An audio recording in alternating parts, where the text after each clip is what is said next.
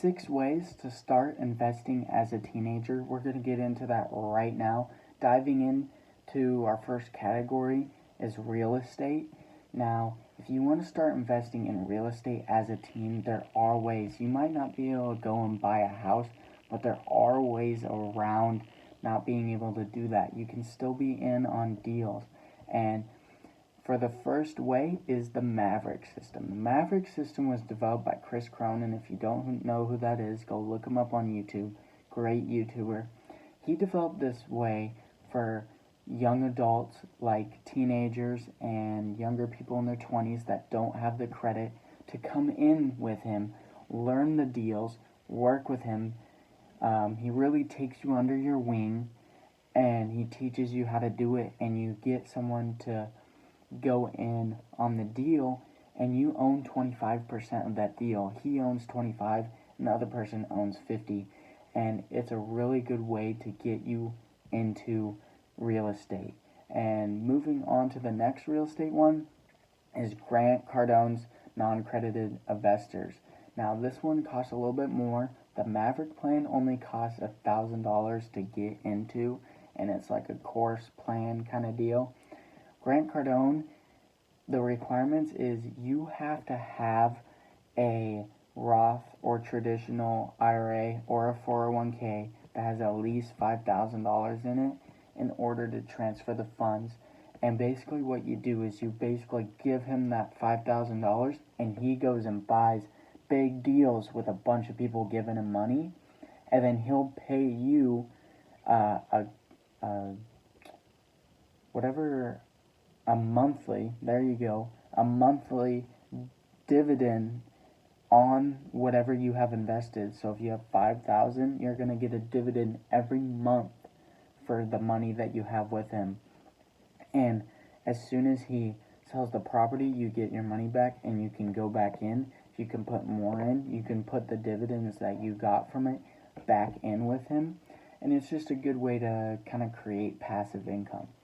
And so moving into more of the stocks, you have just the general stocks, just buying stocks, whatever, just playing around in the market. But then you have the more niche down, you have the dividend stocks. And these stocks are where you get a portion of that stock paid to you every quarter. So what that means is every 4 months every 3 months you will get a payout of how much ownership you have in that company, how much stock ownership you have in the company, and it'll come into you. And you can set up a DRIP account where it's called a dividend reinvesting plan. Yeah, dividend reinvesting plan. And basically what that means is it puts the dividends back into the stocks and just keeps on growing and snowballing and getting bigger and bigger. Okay? Now, if you don't want to mess around with dividends, then you have the growth stocks. If you're in more of kind of like the big win, like penny stocks or just general, whenever the market's down, you want to buy low and then sell high, or just buy and hold, the growth stocks are the way to go. Those are the companies that you're going to look at and see if they're growing and what potential they have and what they're working on that could be huge, and all that good stuff.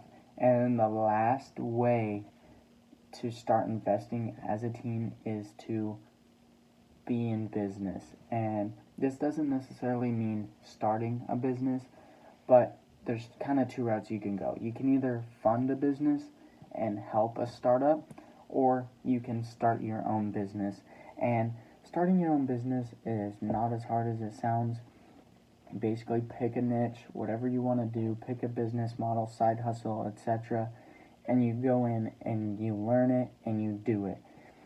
And if you don't want to do that, there's also a way. If you have some money and you can invest in some of your people or your friends' ideas, like I have a list of people that have told me ideas of future plans they have, and I see it as they are going to make money off of that. So I have sinking funds laid out for each person.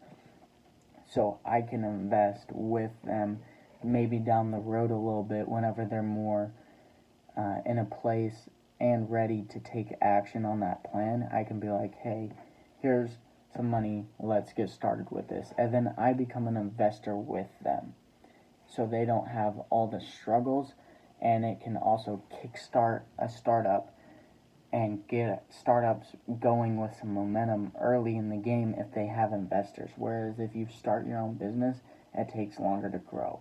Anyways, if you guys enjoyed this video, make sure to leave a like and check out these videos to the sides, and I'll see you guys in the next video.